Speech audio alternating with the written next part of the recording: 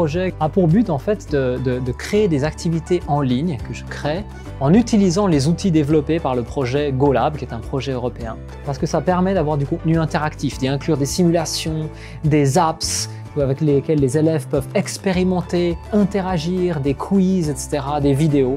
Tout ça dans un contenu finalement qui est assez attirant et qui sort du cadre habituel de l'école où les élèves ont l'habitude plutôt d'écouter un maître qui leur raconte quelque chose tout le temps. J'utilise les outils pour créer des activités nouvelles que je mets en ligne à disposition d'autres enseignants également et que j'utilise bien sûr avec mes élèves. Et certains élèves qui n'étaient pas du tout les élèves les plus aisés en sciences, ceux qui ont de la facilité, mais plutôt des élèves qui ont besoin parfois qu'on leur répète, etc. Certains de ces élèves sont venus vers moi au cours d'après et m'ont dit « Monsieur, c'est quand qu'on va refaire une activité où on peut comprendre par nous-mêmes »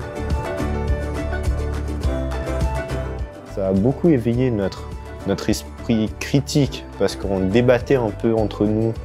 On n'était pas d'accord sur certains sujets. Du coup, ouais, c'était très intéressant.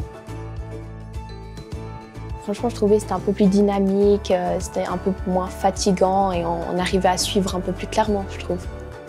La première fois, ça prend forcément un petit peu du temps pour voir comment ça marche, mais ça vaut la peine de passer cet écran et de le tester en classe avec ses élèves.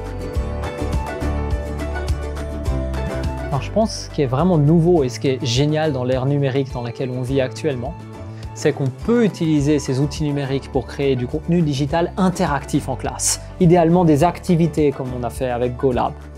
Les élèves à ce moment-là deviennent acteurs, actifs de leur savoir. Ils expérimentent, deviennent critiques, réfléchissent sur ce savoir à leur propre rythme. Et ça finalement, c'est le meilleur qu'on peut espérer qu'ils apprennent à l'école.